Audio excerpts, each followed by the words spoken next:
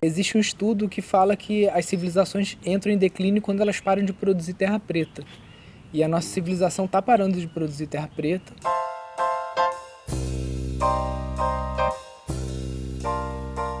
Olá pessoal, sejam bem-vindos a mais um episódio do podcast da Ecolabora. Eu sou Bernardo Marques e hoje a gente vai falar de permacultura, que é essa metodologia de planejamento de ambientes humanos sustentáveis e produtivos.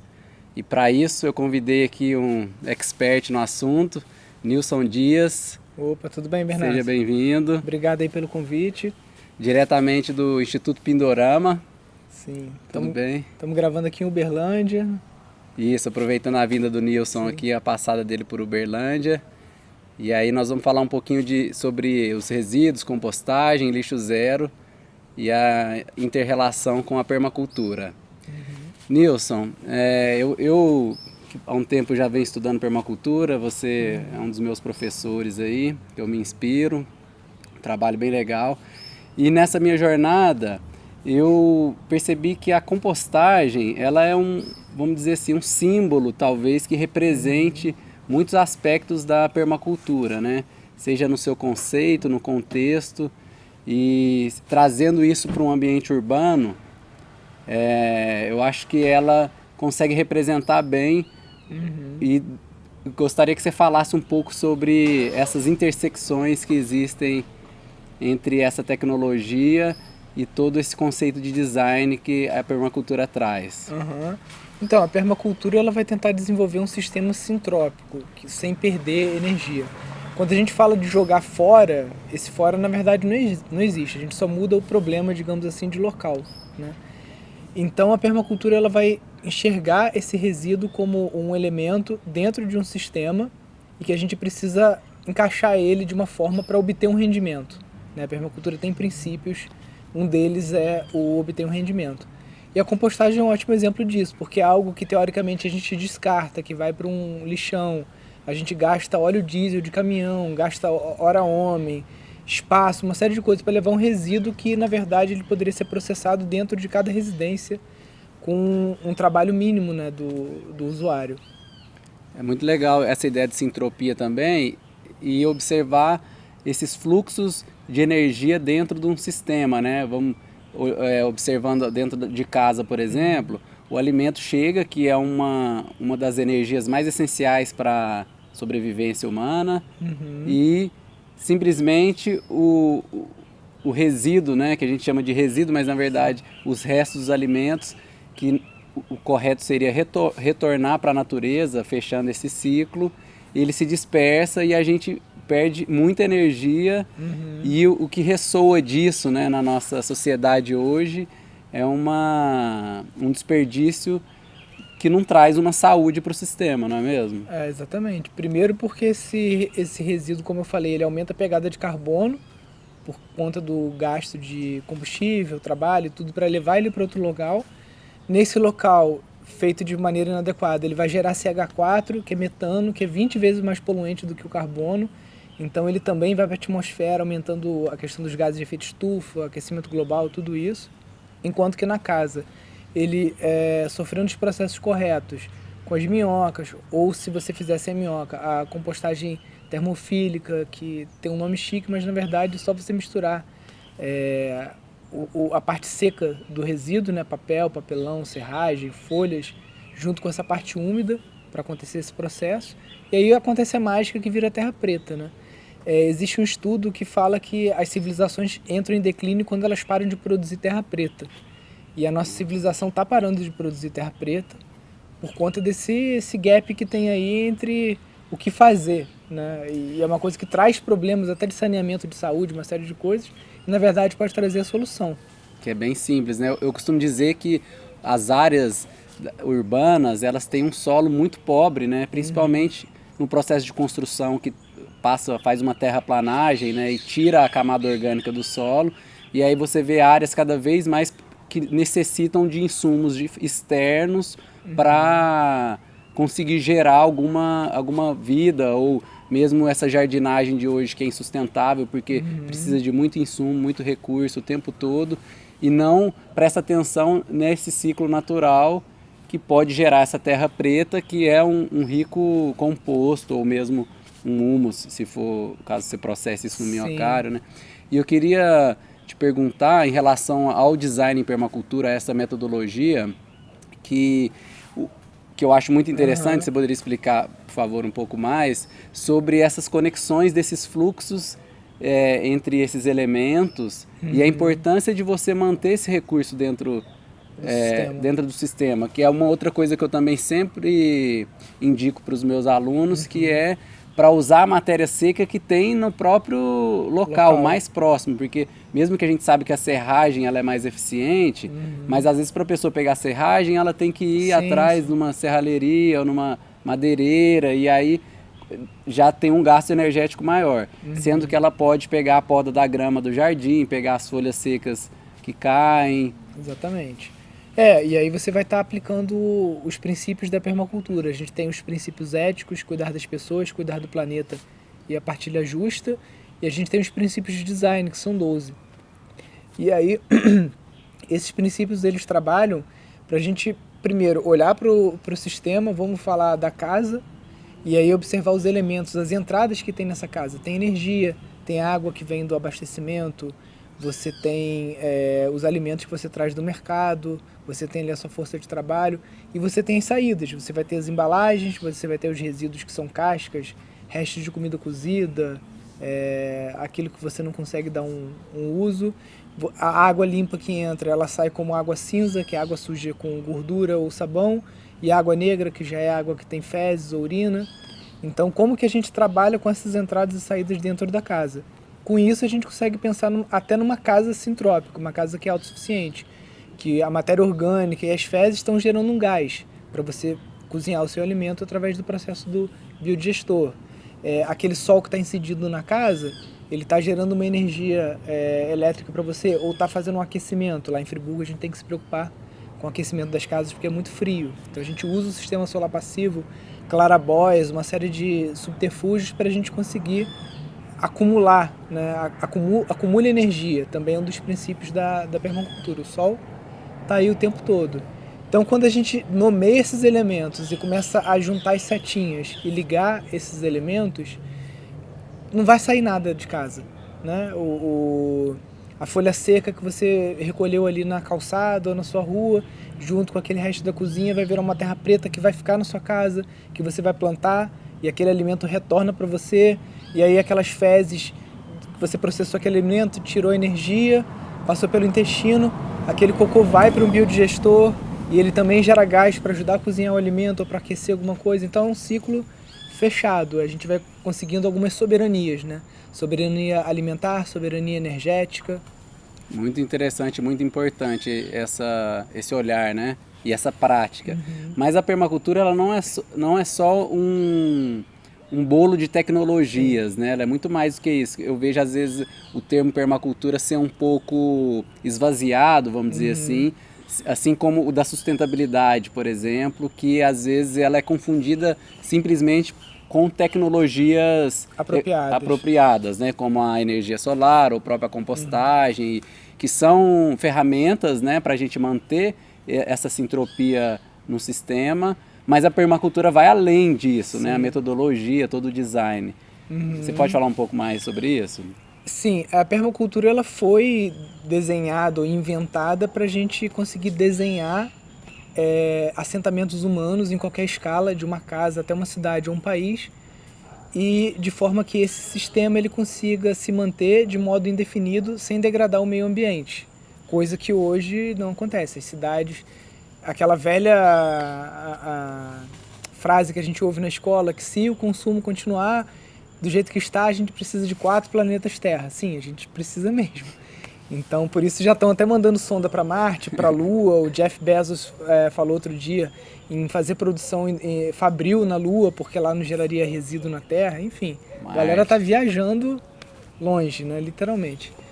E, enquanto que, na verdade, é um olhar para dentro. A permacultura ela observa hábitos e metodologias e boas práticas de várias culturas ancestrais e também de povos mais recentes, de como era possível se ter vilas, cidades e assentamentos integrados com a natureza, produzindo e sem que as pessoas precisassem se matar de trabalhar. Porque o nosso sistema hoje ele não existe, ele não funciona. Nos grandes centros a gente leva 2 horas para ir, 2 para voltar, fica 12 horas fora de casa, trabalhando para aquele dinheiro contado ali servir para quê? Para você pagar o teu carro e tua gasolina para ir para o trabalho, pagar o teu aluguel e pagar comida.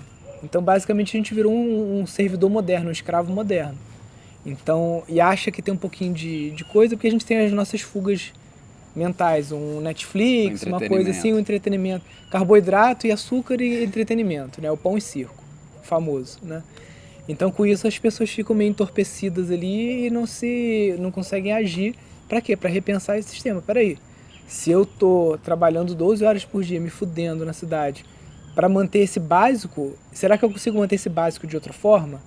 E aí a gente vê dentro da nossa bolha, né, que você também tá dentro dessa bolha, a gente vê essa galera que tá, deu ruim, e voltando para a natureza, indo morar em ecovilas, em comunidades, e você vai trabalhar menos, você não vai trabalhar 12 horas por dia, para você ter esse básico, moradia, alimentação e mobilidade, você já fica um pouco mais reduzida, você não precisa de tanto, né?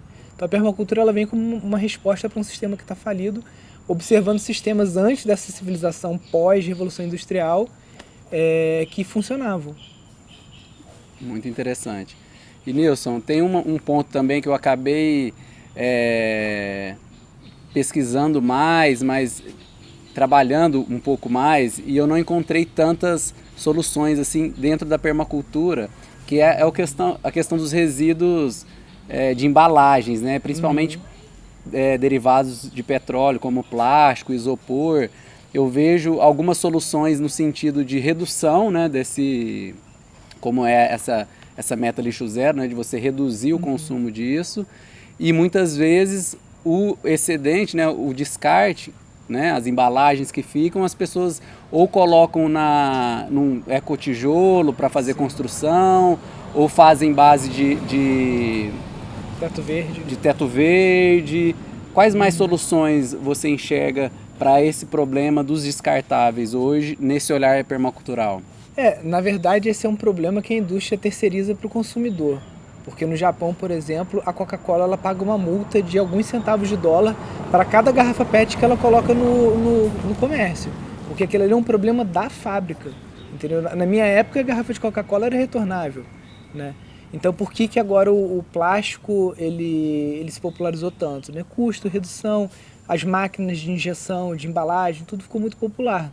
E aí essa própria tecnologia ela pode ser aliada também para a permacultura. Hoje já existem impressoras 3D em que você pega esses plásticos, você moe, ela tipo derrete e você consegue transformar aquilo num outro item.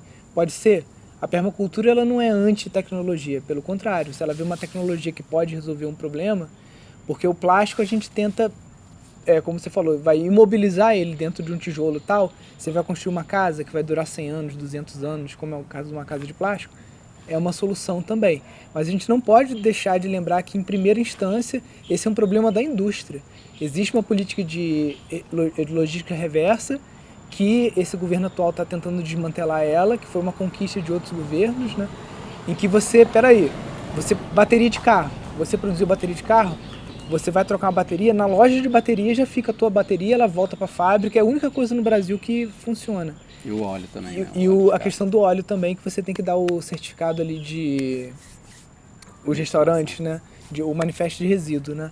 Agora, por que garrafa PET não, plástico? Isso aí as indústrias têm que se policiar. E lógico, a outra parcela também do consumo consciente. Na França tem vários mercados que é zero embalagem. Ou é só embalagem de papel craft, tudo a granel.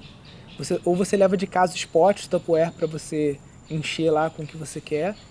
E os dois lados vão ter que trabalhar juntos. Tanto o fabricante, o consumidor que está lá na ponta e o comerciante que está ali fazendo essa intermediação. E o governo também, que tem a sua parcela aí, né? De fiscalizar e fazer se cumprir a lei, né? Porque a lei de logística reversa nunca foi cumprida no Brasil. O Plano Nacional de Resíduos Sólidos acho que já está 10 anos aí aprovado, mas não foi implementado ainda. E o que eu acho interessante é os fatores invisíveis que estão por trás, né? Porque mesmo esse exemplo que você deu, a Coca-Cola pagando essa multa, esse valor ele é diluído para o consumidor, provavelmente, na hora de pagar. Então, às vezes a gente pega alguma sacolinha de graça, um canudinho de graça, mas na verdade não sabe o que está por trás do impacto, seja na multa ambiental que a empresa recebe, seja no pós-consumo disso para as próximas gerações aí, as consequências que a gente já está sofrendo hoje aí no dia a dia, né? O microplástico, né, tá em tudo, tá em água, tá no peixe, tá em tudo o microplástico já. Tem um documentário que se chama O Mundo de Plástico, e o cara começa o documentário falando que a gente vendeu a alma pro diabo, e esse diabo é o plástico, porque ele entra, se a gente pegar o meu sangue e o seu aqui, ele tem, por exemplo, o bisfenol no nosso corpo, ele é interpretado como hormônio feminino. Então ele atrapalha uma série de funções, até de produção de testosterona no homem, né? E também nas mulheres ele também causa problemas. Então, e só falando de bisfenol. E aí fora todos os outros microplásticos derivados que a gente acaba colocando para dentro sem querer. O poliestireno que a gente usa no PVC, quando a gente cobre um alimento com aquilo, o poliestireno ele passa para o alimento também. É outro que fica na nossa circulação sanguínea. Então a gente vendeu a alma pro diabo por uma facilidade, porque o plástico é moldável, é leve, é barato, ele resolve uma série de problemas, que antes a gente tinha que recorrer a madeira ou metal. Só que a gente está pagando o preço disso com a saúde, tanto nossa quanto do meio ambiente. Com o uso inconsciente, né? Porque ele é um material nobre, né? Sim. Acho que, inclusive, quando ele foi inventado, ele era... tinham usos nobres, como na medicina, e depois foi banalizado, vamos dizer assim, né? É uma tristeza. Nilson, muito obrigado pela sua presença aqui, é um prazer ter essa troca. Eu queria que você mandasse uma mensagem para os nossos ouvintes, para estimular eles a conhecerem mais a permacultura. É uma metodologia que eu posso dizer que mudou a minha vida, ressignificou a minha vida, e você faz parte dessa minha inspiração. Eu queria que você mandasse uma mensagem aí para o pessoal se inspirar, a pesquisar mais, a conhecer mais. Então, pessoal, no nosso canal do YouTube, a gente esse ano está começando a postar mais vídeos sobre permacultura. Lá já tem um vídeo chamado, você pode até botar lá em cima do vídeo, né? Né? O que é a permacultura e como ela pode salvar o planeta. É um vídeo que a gente gravou, bem didático assim, explicando um pouquinho passo a passo, mas só ficar assistindo vídeo no YouTube não é permacultura. Então a gente tem que colocar a mão na massa. O primeiro passo que você pode fazer é reduzir o consumo dos ultraprocessados, industrializados, tudo que vem em embalagem, aumentar o seu consumo de orgânico, que com isso você vai estar destinando o seu dinheiro para a agricultura familiar orgânica. Segundo passo, você aumentando o seu consumo de orgânico, é a compostagem. Então você dá o destino correto, fazer em casa, aprender os vários tipos de compostagem que podem ser feitas e começar a tentar se conectar com as redes locais. Porque a permacultura, como você falou, ela não é só tecnologia. O tecido humano, social, é a parte mais importante da permacultura. Colocar a captação de água de chuva, placa solar, isso aí qualquer pessoa faz. Agora, se conectar com as pessoas, tentar transformar o município, porque a gente não mora no Brasil, a gente mora no bairro. Então vamos pensar no bairro. Esquece de ficar culpando o Bolsonaro, fulano, Beltrano, não sei o que, não. Olha para a tua cidade, começa a se envolver nos conselhos municipais, tenta participar de algumas reuniões se você tiver esse tempo disponível.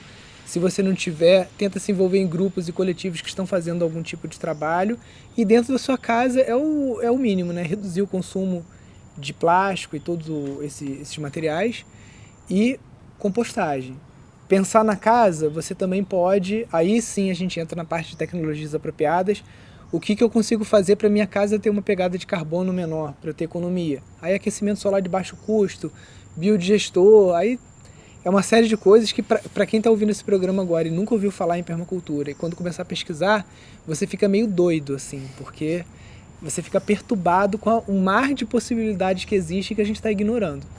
E são possibilidades muito inteligentes, né? E a gente fica chocado como o desperdício passa pela gente no nosso cotidiano e a gente nem, às vezes, não tem olhos para aquilo porque está anestesiado, vamos dizer assim, pela esse condicionamento automatizado aí da sociedade. A gente fala que a permacultura é a ciência do óbvio, porque depois você começa a estudar falando assim, nossa, como isso é óbvio, mas por que a gente não faz o óbvio, né? Então é isso, Bernardo. Obrigado aí pelo convite. Um abração, sucesso aí no programa. Valeu, um abraço, gente.